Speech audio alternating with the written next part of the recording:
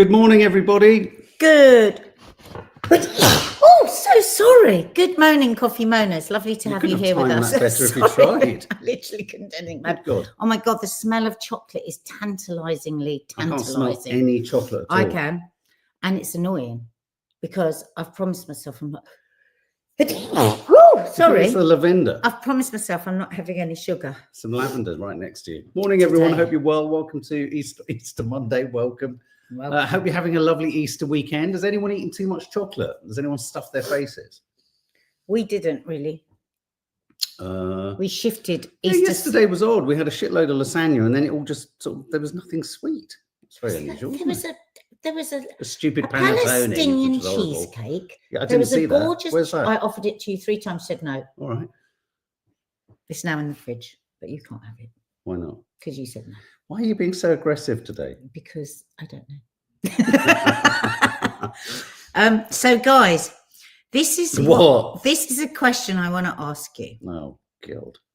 So earlier on, if I took your hair off your face, you'd look really strange. Earlier on Instagram, if you missed my Instagram live, you missed a lot, because Mark chasing a wasp, trying to look brave and hard, is one of my favourite things, because you've never seen a person more terrified of a wasp than this man. So I'm gonna find a way to post that. I don't know how, but anyway. Can I just ask? Go on. We were having a conversation, and I was saying to people on Instagram, oh God, whatever you do, don't miss our live vlog. This is still just part of you trying to make this happen. At 4 o'clock. This is your slow, wait a minute. Trawler dredge, relentless war of attrition to make your plans always work. So then Mark said, don't tell them it's 4 o'clock. We haven't agreed to 4 o'clock. And I said, well, he said, I told you not to mention it on the live. I said, well, you did. You said, don't mention when we're doing it, because we don't know what time we're going to do yet. And I said, well, I think 4 o'clock's perfect, because in my head, I very quickly worked out everything, where the kids were going to be, whether we'd had lunch, whether we'd been to the gym, whether we'd done this, whether we'd done that. Had you factored in whether I might be in East London? So then he said, no, I never agreed to 4 o'clock. And he was right. He hadn't agreed to 4 o'clock. I've got one simple question to ask here for anyone that may live with a man. Do you agree with me that most men push against something if they haven't thought of it themselves? So, like, I've now got to make it happen that Mark will decide himself that 4 o'clock is the best time for our live vlog. Hang on. I didn't push back against the suggestion of what you want to do at 4 o'clock, so that is unlike your stereotypical description of men. I agreed with it as soon as you said it, because I thought it was a great idea. What I disagreed with was when I said very reasonably, don't nail it down to this time on the live. It could work, but I need to consider other options. Sophia you made your little list of ticky of your day, but it wasn't my day. Sophia said absolutely she agrees with me. Oh, God. So does Gabrielle. She totally agrees with me. Me too. Need a memorandum of understanding on the time of the live stream between both parties. Entirely agree, Me too. Can you come here and broker the deal? Katie agrees. I think the absolute majority of women here agree that men have to believe, even if they haven't. Thanks, Faith. Faith doesn't agree. They have to Faith doesn't agree. They have to believe that they thought of it. I don't need to have thought of this myself. Oh my God! What time do you think you'd like to do it? 4 o'clock. Probably a great time. Actually. It is actually. We'll have been to the gym. We've done everything. It's probably the lunch. Optimal moment of the entire day. It'll still be light enough, and people won't be getting ready for us to go back to work. And there's still enough tomorrow. of an evening for us to sort of sit back and kick back. Yeah, which is nice. It's perfect time. Yeah. I'm so glad you thought of 4 o'clock, because there isn't really going to be a better time than that. Well done. So 4 o'clock live. Hang on. I might be doing some sewing, some knitting, some quilting, or some embroidery. Okay. Because we are talking about granny hobbies today and how they could possibly help with mental health.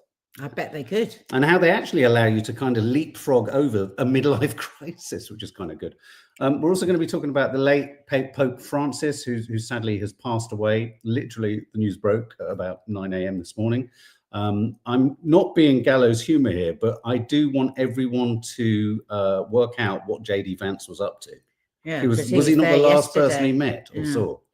So, yeah, we're going to be talking about Pope Francis. And it seems apt and appropriate that at the Pope dying on Easter Monday, we're going to talk about faith, and we're going to talk about the fact that there's a piece in The Independent today saying that Gen Z is more religious, or is becoming more religious than any other generation, or for quite some time. So if anybody is does have a faith, we'd love to hear from you today, because you know what? There's not a lot of time given to people and their faith, is there? Yeah. Like, people want to move on. It's like, it's not for me. But we do not have faith, but we have interest in people that do. We don't have organized faith, and I do think there's a big conversation to be had. But I think I would describe myself as spiritual. I think you would describe yourself as spiritual. But you have to be careful when you say that, because people imagine you going, "Oh, I'm so spiritual." No, I don't mean it like I stand on a mountain with a cloin. No, so we can. But we'll talk about that. We'll talk about that. I mean, yeah. But yeah. So Pope Francis, and also we've got some funny videos. Yeah, got a couple of funny clips at the end. I'm just going to show you some images from the life of Pope Francis. The Guardian did a sort of photo gallery. And you know what? He's a really interesting guy. So stick with this. You might think, oh, this isn't for me. This is about the Pope. Yeah. He's really interesting. He was, you know, obviously, like most popes, he'd worked his way through the Catholic Church for many years. He was considered, that's him on the right with Pope John Paul. And he was widely considered as one of the more sort of liberal popes, and this is slightly the concern that we could, in the decision making, the conclave that's currently or about to ensue, which is the decision as to who the next pope would be. This guy, I've got a feeling, I just felt that Pope Francis was kind of plugged in to the world and had a sort of I don't know, a sort of everydayness and sort of normality around him. He didn't feel so sort of untouchable. And he didn't like the trappings so much, did he? I mean, no. He famously got the bus. Yes. And paid for his hotel the night before he actually went into the Vatican. And I love the fact that he said he hates the sort of untouchability of popery, of the papal. You know, he said, we have friends, we have coffee, we have breakfast, we're ordinary people. We've stood in that square. It's quite it is astonishing. Look at that. What does that What responsibility. Yes. He was human, Clodagh says, and he spoke up for the poor and marginalized in all countries. I think that's a rather beautiful image of a man. Deep in faith. I love this. This guy isn't Spider-Man, obviously. He's someone who does charity work for children. These with some nuns. I mean, anyone who's seen the film Conclave, I love that. I think that's such a lovely image of him laughing. Yeah. And of course, this was one of the last images taken of him with J.D. Vance. Oh God! Can't help but feel the Pope's going, "You're an absolute fucking joke, mate." And this was his last address. He would not have agreed with Vance at all, would he? Because he was all for. And this is his last address. And of course, more recently he described, I put a story up on Instagram. He described both October the 7th and also, more significantly, he described the assault on Gaza since as both acts of terrorism. He was very outspoken, and he'd just spoken in his last speech. I mean, obviously, he's part of the Christian Catholic kind of, church. So he was talking to very specifically Palestinian Christians that he said are being absolutely, I mean, people are forgetting this isn't just sort of Hamas or Palestinian Muslims. This is Palestinian Christians as we speak have been prevented all weekend in Jerusalem from being able to engage in prayer and brutally nor have access to any of the religious sites. Disgusting. Imagine if that was being done to any of the Jewish people in Israel. Unbelievable that it's just allowed. It's just unbelievable. So we have Islamophobia and anti-Semitism. What do you call it when it's just anti-Christian? Is it just anti-Christian? Is there a term? I just think the regime is anti-human beings of any other kind other than Israelis. Yeah. That's what the regime feels like to me. This is an image that Nadia sent, which is a very potent image. This was huge. I remember my dad being really moved by this. This is an image, for those of you listening, of Pope Francis in a wheelchair in front of a nativity scene. And do you want to describe what we can see now? And you can see the baby Jesus in the manger, but with a keffiyeh, the Palestinian, the scarf that has become, everybody now knows it. That was a massive thing to do, wasn't it? Now, I don't want to be contentious, and this can't be contentious. definitively, I saw the most, I'm afraid I'm going to have to mention his name, I saw the most repulsive example of Benjamin Netanyahu online advocating for people to visit Israel, to stand where Jesus stood. God, I hate to break the news to everyone, but Jesus was Palestinian. Jesus was Palestinian. The insanity of it all. Sorry to piss on anyone's parade, but Jesus was Palestinian. And it's an unwholesome and sort of uncomfortable truth, but it's a fact, insofar as if you believe in, obviously, Jesus at all. We've got some quotes by Pope Francis. I love this. This is something he said in 2015. This isn't one of the quotes. I just love the way he described what he wanted the Catholic Church to be. He wanted it to be a church for the abandoned, the forgotten, the imperfect. And he wanted it to be a happy church, which makes me think of that photo of him really roaring with laughter.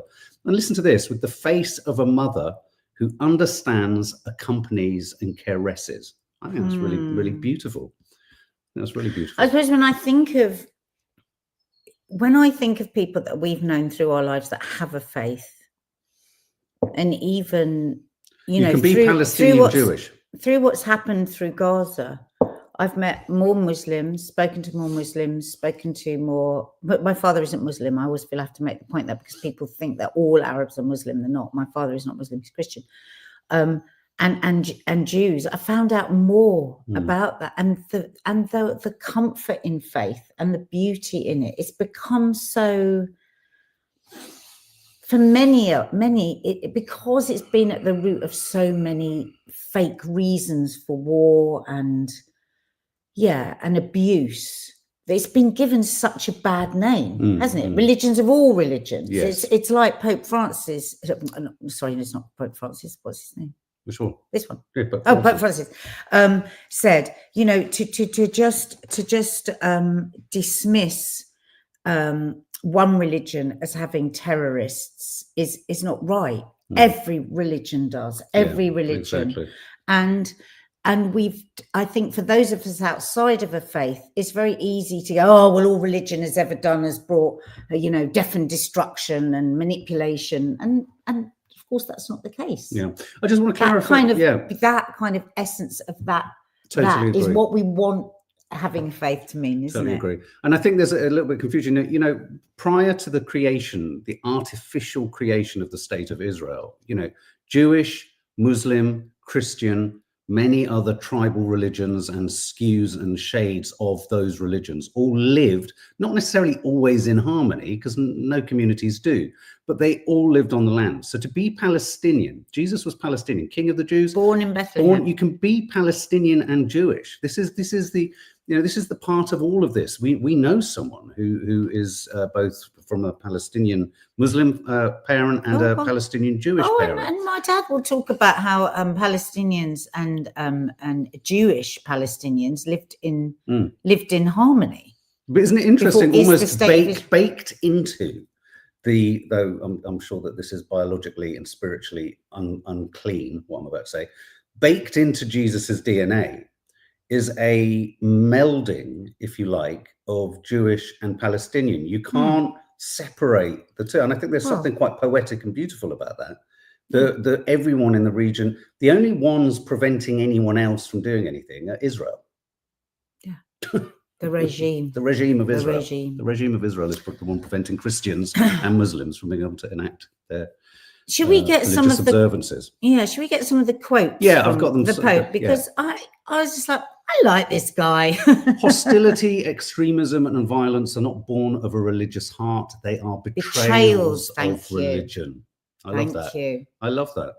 Betrayals of religion, and you know, so much Islamophobia has been built around, you know, ISIS. You know, and ISIS actually is just a complete betrayal of religion. Exactly. And the manipulation of colonialists, and it's not the religion, and it's so painful for people that are true Muslims. You know, it's organized religion. Reese says ultimately being man-made is the cause of the corruption and distortion. That said, it provides comfort to people, so that's why we should try not to impose our dislike. I agree. What we find actually in the West and it's a really good, important point that you talk about with ISIS. Different cultures have a vested interest. Do you remember the war on terror? Yeah. Different cultures, different countries, different empires have a vested interest in demonizing other religions. And the best way to demonize another religion is only ever to look at the very fringes of extremism in each. And look, we're looking at that in Judaism and the Jewish religion in Israel. We have a white supremacy.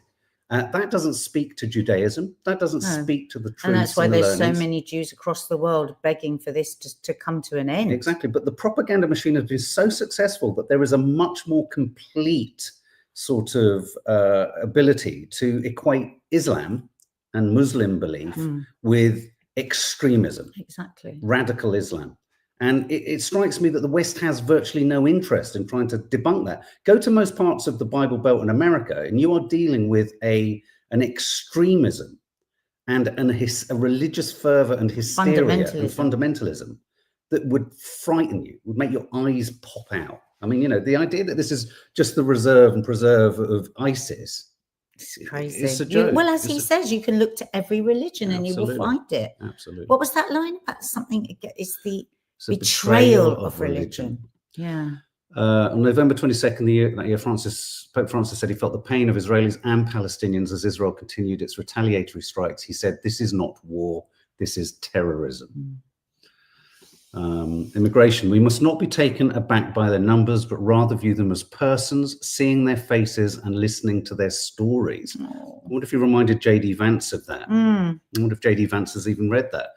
It's hypocrisy to call yourself a Christian and chase away a refugee or someone seeking help, someone who is hungry or thirsty. Toss out someone who is in need of my help. I mean, in fact, he had 12 Syrian refugees actually moving to the Vatican. Yeah. Faith was saying that he would ring Catholic priests in Gaza every night. Every night. He has every night. Yeah. Amazing. On economy, the economy and capitalism, the grave financial and economic crises of the present time have pushed man to seek satisfaction, happiness, and security in consumption and earnings out of all proportion to the principles of a sound economy. LGBTQ rights. If a person is gay and seeks God and has goodwill, who am I to judge him? What if he doesn't seek God? Yes, and he doesn't have goodwill. Then is it not okay? Well, exactly. I mean, I think maybe you could argue he was trying to shift an enormous edifice towards gay rights. Homosexual people have a right to be in a family. They are children of God and have a right to a family. Nobody should be thrown out or be made miserable over it, he said in a documentary released in 2020 called Same-Sex Couples to be Protected in Civil Union Laws. The struggle for women's rights is a continuing struggle. We have to continue struggling for this because women are a gift. God did not create man and then give him a lapdog to play with. He created both equal, man and woman. A society that's not capable of allowing women to have greater roles does not move forward. Equal. I mean, this is progressive. This is progressive within the Catholic Church. I love this. I've noticed that every time a woman is given a position in the Vatican, things improve. Of responsibility. Yeah, but I love that. Yeah. Don't you? It's like it just speaks to we all know that. Women need to rule the world. And obviously the Catholic Church and the child abuse issues, he kind of came in and tried to kind of... initially people were very unhappy with him, weren't they? And felt that he was, brushing it under the carpet, so to speak. But he did, in the end, he did change things, didn't he? And made it, I don't know, I suppose sort of not law, but made it law that, that it should be reported if there was sexual abuse. Sexual abuse is such an ugly crime because a priest who does this portrays the body of the Lord. It's like a satanic mass. Wow, that's strong. Before God and his people, I express my sorrow for the sins and grave crimes of clerical sexual abuse committed against you, and I humbly ask for forgiveness, he said in 2014. Oh, that was 2014. Addressing 6 victims of abuse. I thought it was later. Wow. Then there's no issue he didn't speak about. This is interesting. The Chinese deserve the Nobel Prize for patience. They are a good people. They know how to wait. Time is theirs, and they have centuries of culture. They are a wise people. very wise. I respect China very much. Well, you know what? Interesting. That almost the narrative the propaganda. I saw a Chinese politician the other day, more or less saying that in answer to Trump. He said, Really? you know, we've been here centuries. Yeah. We can knuckle down. Yeah. We can wait. You know, while it's my terrible. Dad says, I get that. My dad always says, "Wait for the headless chickens to suddenly drop." Well, I would argue that, you know, that again, I'm not talking about all Israelis, but I would say to Netanyahu, careful, because everyone in the region will wait. It's a waiting game. It's like, you know, just wait for you to self-destruct. And it is Netanyahu. You know, he is a scurrilous man. He does not come across to me as a man of faith in any way whatsoever. You know, I feel sorry for the country. I feel sorry for Israelis, because it's all about his own greed and need, and it's not about the country or the people. Should we have a little funny? Yes, in the middle? Absolutely. Let's go to, these are two ambulance drivers who tried to, Maddie showed me this some years ago, but it's so funny. They're sort of trying to present a message, aren't they? Or do a message on social media. And we're going to come back to some of the ones. Hello, everybody. Welcome to.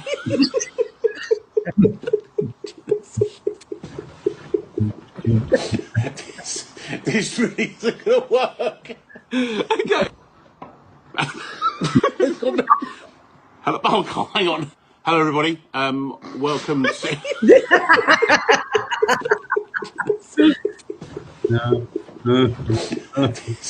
This really isn't going to work. Okay. Hello, everybody. Welcome to Luton Ambulance Station. Carry on. What? My name is Dave Tomorrow. I'm a LOM at Luton and have been a paramedic, or been in the ambulance service now for 26 years. And my colleague is...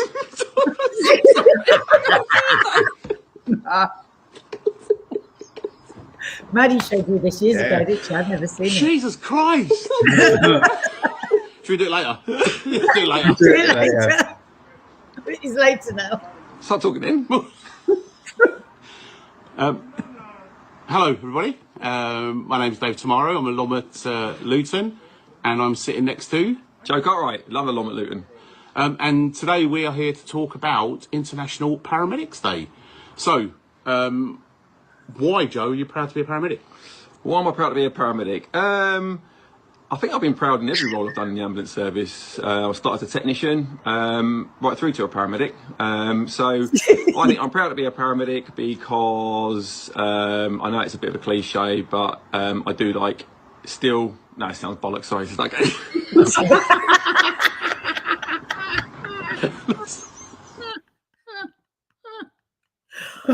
Oh, it my does. God. You know what it reminds me of? You know what we should post today, just for Easter Monday? Us doing the hello shoot. Oh my God! Do you remember us trying to deliver an at home with hello? It was because it was just after the pandemic, and we had to say, what was the line? We like to be at home. Or something. No. Oh no, at home. It's us just at home. It's relaxing. just us at home, but of course we'd all been just at home for 2 years. We could not do it. Let's post it. It's so funny. So funny. So funny. Oh, that's to remind me to do my Zach Bush. Okay, going back to Pope, to depict the Pope as a sort of Superman or Spider-Man seems offensive to me. The Pope is a man who laughs, cries, sleeps tranquilly, and has friends like everyone else, a normal person. I've just had a message from your mum, Betty. I reckon after Vance visited the Pope, he said, "That's it, I've had enough." My mum. Oh my God. Oh my God. I mean, what a visitor to have. For the most uncharitable, indecent man. Someone said he refused to have an audience with him on April the 17th. But he's filled with hate. I wonder if something's going to come out that's very, very powerful from that meeting with him. What, that JD Vance may suddenly have the Pope might have said something to him or something. I don't know. Go fuck yourself. Yeah, something really kind of Spanish. That's Spanish? Italian. Science. I love this quote. The Big Bang that today is considered to be the origin of the world does not contradict the creative intervention of God. On the contrary, it requires it. Evolution in nature is not in contrast with the notion of divine creation, because evolution requires the creation of the things. Oh God, that's a bit evolve. beyond my brain. I got lost on but it's that idea, because you know, a lot of kind of religious zealots in America say, break it down for me. Sort of talk about, creationism. It's not about, there's no science. It's just God, God, God. He's conflating the two. He's saying there's no contradiction in looking back at the scientific facts of how we came into being. God made that happen too. God reaches beyond just humanity. He reaches towards the universe. Well, yeah. I mean, I thought that's what was always thought. Did Vance go anywhere near him in the last 48 hours? Yes. Yes. He was with him yesterday. Oh, apparently he was with Liz Truss and no, he wasn't with the Queen, was he? He wasn't with Liz Truss. Yeah. Yes, the film Conclave suddenly has an added certain sort of significance, doesn't it? This is another image. Pope Francis unveiled the Vatican's annual. Look at that. I had this at the end. What a powerful image. He understood that, didn't he? Yes. I mean, he understood the world that we were in. Like, he had like how many millions of Twitter followers, many of whom were very young. And I loved one of his tweets was, you won't find happiness in a nap. Wasn't it? Just to talk in that way. Yeah. He was a man of the world today, as well as a sort of ancient man, if you like. And so can I just ask, does anyone here in this room, does anyone have faith? Or if you don't have faith, are you interested or feel that you wish you could have faith? We've often said, we've had friends and known people in our life who are profoundly religious, and it always struck me and struck us that they seem just very, the loveliest people. Not. I don't mean happy in a sort of, serenity. Yeah, there was a serenity, exactly. Which is what you got whenever you went to meetings, or when you came out of rehab, you had serenity. Well, and I would also say that AA meetings and 12-step programs, which are, they do base themselves on religious tenets, but you don't have to be religious to gain from them. They do work on the spiritual sense of, I would say, what's it called when you get a gathering of people in a church? Congregation. I would say that the element of religion that I believe is really healing for mental health and depression is the sense of a congregation. And for me, that's what AA gives you. And the community. Yeah. We mustn't forget, Eloise asked a couple of times, happy birthday for Belle. We will definitely do that. We'll definitely do that. Can you make a note of that? Yeah, otherwise, and my friend Simone, who is religious, and she goes every Sunday to church, and she says that it's just peace for her. And she goes back to when she was a child, and she would go and you would just sit, and it would just, and you know what, she has incredible patience, my friend Simone. She can wait, and I think like whenever I've sat in a church, my ADHD like goes crazy because I'm suddenly sitting still and I'm suddenly just having to be. And it's like, we both love going in churches, don't we? If we see a church, really we're in and we sit down. I like to sit and... But to go and to regularly sit and to stay for a whole, some of what will wash over you. And I'm sure as a child, a lot of it is very boring. But it teaches something that I still see in Simone, and I think I agree. And I find it so interesting. Which is meditation. You can get. I mean, people are saying they have. Yeah, when I have a good moment with my meditation, I assume that's what it's like. Well, let's hear about some people. There's Laura Lou, zero faith in the religious way, but I'm very open-minded to things bigger than us and Earth. I say have hope rather than faith. Kathy Bates has just said Ray Fiennes should be the next Pope. I know what you mean. After Conclave, you feel he should have been. I'm a Roman Catholic, says Claire Max Place, and I found my faith waning recently, but this Easter to have gotten my faith back totally. Oh, Helen Askew. What tell us, it Claire. back? Tell us why. Yeah, Helen Askew, I have faith. Reese, I grew up Christian lightly, but never in an overly pressurized sense, was baptized as a baby, so it kind of followed that. From that, but for many years I classed myself as spiritual. It frames the world for me. Wow. May Edmondson, I found that 100% Mark. I found with my friends from the Neurospicy community. Neurospicy community. So I thought it was a religion on TikTok as well. It's very, very healing. Is it? Oh, Emma, I know you have faith. That's Emma so Staple. lovely. Me, I'm a Christian. Had the best revitalizing perfect. time at a Christian holiday festival last week. So uplifting. Gives me community and hope. Do you know what, Emma? And forgive me if I have strong faith in God. Yes, it's increased over the years. I was born Muslim, but my community is friends of all faiths. And you know, as I say, Farida, Dina and I have discovering more and more about the Muslim. Dina says it all the time. She's like, oh God, that community, and that she's really drawn to it. And with the Children Not Numbers, a charity that I'm an ambassador of, and I was, you know, a few weeks ago, I was at an event, and I came home to you, didn't I? I said I was just struck. Of course, there was no alcohol, and there was just such kindness in the room. It was really Tolerance. I felt quite emotional about it. There was something very beautiful. Can I say, Emma Staple, I feel your faith as a very positive presence on social media. I know I have an awareness and knowledge. I know you've shared it with us before. So, and I feel that. I feel a sort of, if you like, it's not to say you don't go through your problems, of course you do.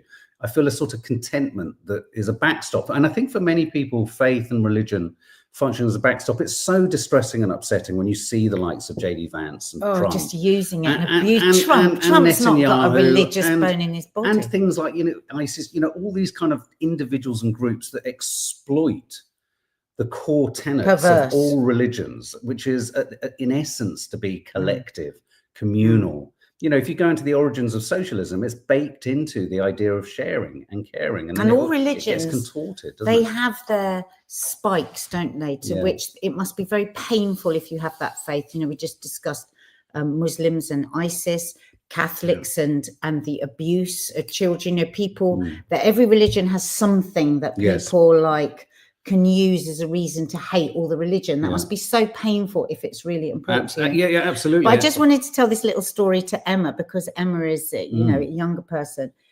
Years ago, I was watching, my eldest and I were watching a documentary about a university and the different groups within a university. And it was showing like the absolute madness of the freshers, right? Yes. And because Maddie was much younger there, of course, she's a full party girl now, but because she was much younger there, she was like, Mom, that looks really, really terrifying. Mom, it looks so scary, because it was with people falling downstairs and being sick. And then it came to the Christian groups that like their Freshers Week. And honest to God, it was like something made out of, I don't know, chocolate box. It was like, can this even be real? And they had this barbecue in the garden, and there were fairy lights everywhere, and there were guitars playing, and there was a barbecue, and it was Christmas. And Maddie said to me, I think I'm going to be Christian when I go to university, because she was young, you know.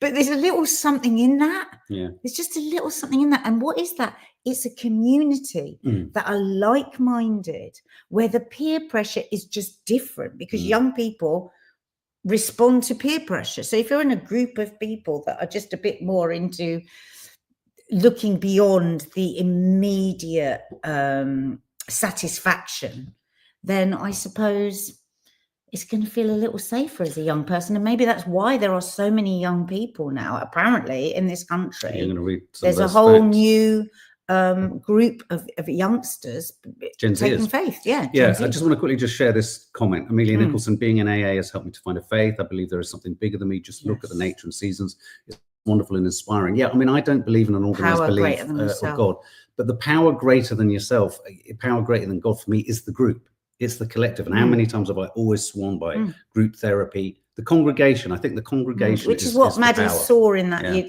that sharp difference. So the Bible Society have issued the Quiet Revival Report, and in this report it is being reported that the number of people reporting monthly attendance to church or to ceremonies has risen from 8% in 2018 to 12% in 2024.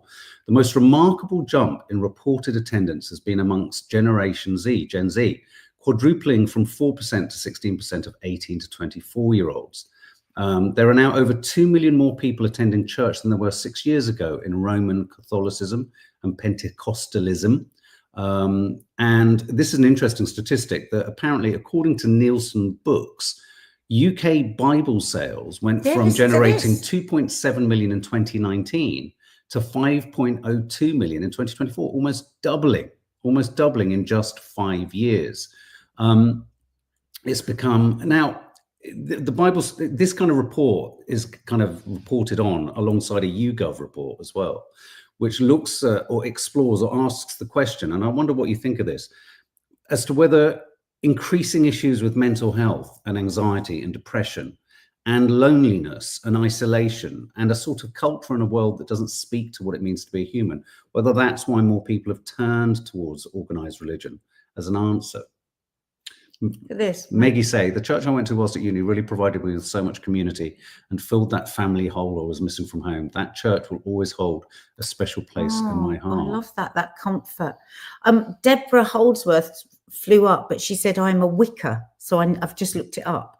Wicca is a modern... Wiccan, yeah. I'm Wiccan. Wicca is a modern nature-based pagan religion that emerged in the 50s, characterized by focus on the worship of both male and female deities.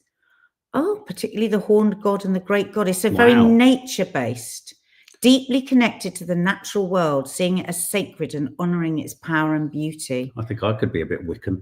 Yeah, I think that's probably where we are, where we're more aligned, Mark. Do you think there might be a connection between, I love the way we're segueing between all these things, because we're going to talk about granny hobbies, and one of the main granny hobbies on this list of granny hobbies is gardening. And I wonder whether part of gardening, it's the natural world, nature, the seasonal growth, rebirth. I think and a Wiccan would definitely agree. As I'm looking here at what a Wiccan is. Yeah, I think I'm a Wiccan. And I think our friend Rachel. Did it say a horny male? Oh no, sorry, a horned male. I was male. I'm even more of a Wiccan. Most Wiccans believe in a horned male god and a moon goddess. The only Wiccans who do not believe in both the goddess and the god are those who belong. There's another. Will you be my moon goddess? I'll be your moon goddess. I love it when you moon. Oh, I mean, when you're a moon goddess. No, but do you get me? So it's modern paganism.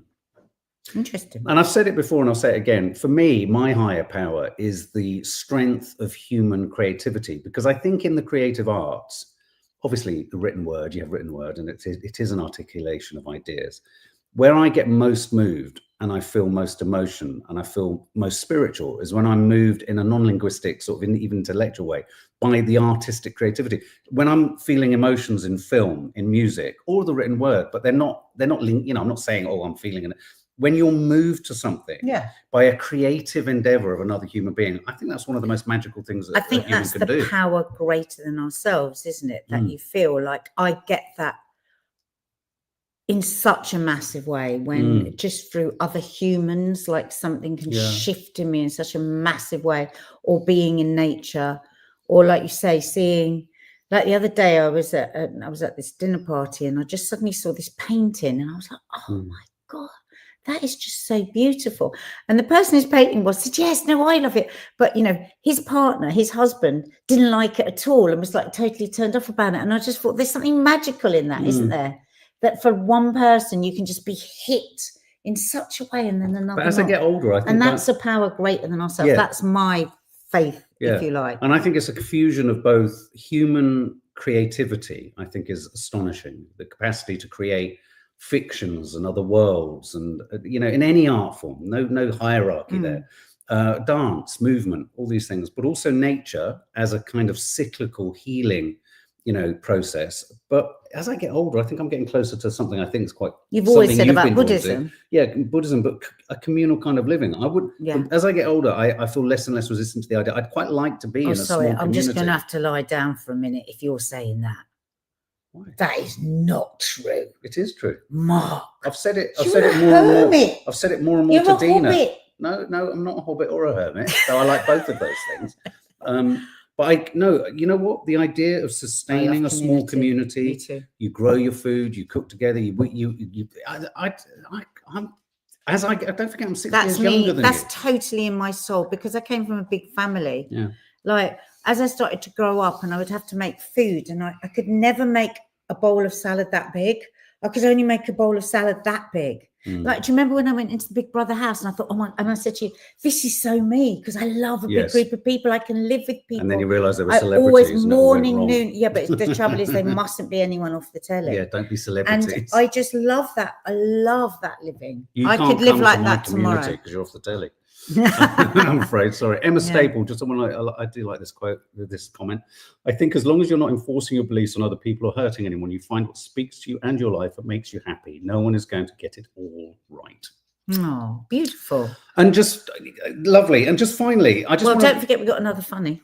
I've got another funny, but also, what would be your granny hobby of choice? Gardening, Oh, yes, gardening, Thank baking. you for that. It was really interesting. Yeah, really chat. lovely Thanks, conversation. guys. Gardening, baking, quilting, reading, sewing, bird watching, completing puzzles, crocheting. There's a lot of stuff with kind of crocheting, embroidery. I don't fancy any of the materials. All of these, as I'm looking at them there, are meditative. Yeah. You wouldn't bird all watch of that, these are connected to all of what we've been talking about. Bird watching, nature, being rooted, taking away from your ego. What would you go for, Beth? Because we are ego driven. And I think what we've often seen in people that we've really liked that have faith, and not everyone that has faith has low ego, of course. And of course, we all need a certain amount of ego, but they're not driven by their ego.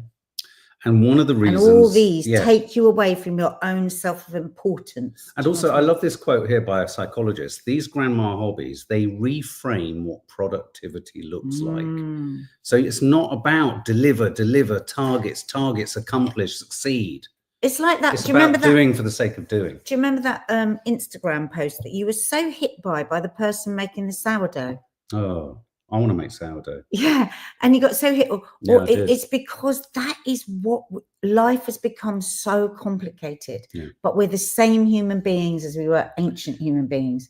We're supposed to sleep as the sun goes down, rise as the sun goes down. We're supposed to, eat a varied but small diet, simple diet, most of which we've gathered and grown ourselves. Yeah. So it's no surprise that all these things, and these are all hobbies that you can do with very little need for globalization. You know what's interesting about... you can do without somebody selling you something. But some of these things also, like gardening, baking, quilting, sewing, but these are hobbies, but these are also things that are profoundly useful to a community. They've become hobbies, but they're about survival. And the point I wanted to make there, because we've homeschooled our kids, is the idea of what a day's work is and how everyone needs to have this sort of shame if they don't do it and all this kind of stuff. We shame people. Back in the day, a day's work would have been making the right amount of bread in the right way for those around you. And now we've marginalized that the amount that we're asked to engage with, both in terms of occupations, in terms of relationships. You're not supposed to have hundreds and thousands of friends and social groups as big as that we have. It's too much. And it's no wonder we are all completely unsatisfied with everything. Unless we have faith. It makes me want to break into song like George Michael. You gotta have faith. We mustn't forget Belle. In fact, let's sing happy birthday to Belle, and then we will do the last funny video. Yeah, Belle. Happy birthday to you. Happy birthday to you. Happy birthday, dear Belle. Happy birthday to you. There you go, Ellery. Rachel Pickard just quickly says, our grandparents were all so much more connected with the natural environment and sustaining families with their own capabilities and creativity. They had everything they needed within 5 miles of home. I think globalization there's a big problem. We could massively reduce unwellness with doing some of these things, with eating more like we did when we were. I've just listened to the latest podcast on Zoe about inflammation, and inflammation in the gut through bad food, not doing sourdough, not doing all these things, affects the brain and causes depression. I'm going to make sourdough. There's a million different reasons why we have more depression, and it ain't because we're not having enough antidepressants. It's because tablets. It's because we're not out in nature, because we're not eating good homemade food, that we're not doing anything that is mindful. So there's a lot to be taken from all of this. It's been a lovely chat. Lovely chat. Saba Egger, I'm 29 and 2 years ago taught myself to crochet and this year to knit. I was inspired by people younger than me on TikTok. I think it's getting away from our tech and mindfulness. So did you find the crocheting? Because I keep seeing this and I'm thinking, shall I try a bit of crocheting? Is it easier than knitting crochet? I haven't got a clue. Don't ask me. I think you should start crocheting. No, I want to make sourdough. Desperately want to make sourdough. Okay, anyway, well, why don't you stop saying that? Why don't you promise yourself that today you're going to order yourself a sourdough starter and get started? They're going to come down and see the Easter eggs. So let's quickly play this final funny. Take a photo snapshot. Okay. Old people. How pretty your hair is? Did you notice that? How pretty your hair is. Oh. I don't know where you are, honey. Just drop your dress a little bit. You see your Come boobs? on, stop. Ooh. Come on. Hello, my darling. Hello, my baby. Hello, my cat dog. Oh, la da to get jam ha. La da to go say hi. No, I can say hold up. I can't take a bat to tape. La bat to tape. You just saw an image of Coffee Moaning in 20 years' time. That's going to be us. He was a bit like that. I mean, that is Yeah, so I like your bra today. But wasn't that? I just loved that. Loved it. So sweet. We're going to go. We've got to go. It's Easter weekend. Lots of love, Bye. guys. Thanks for a lovely conversation. That was really meaningful. The power of the power of the congregation.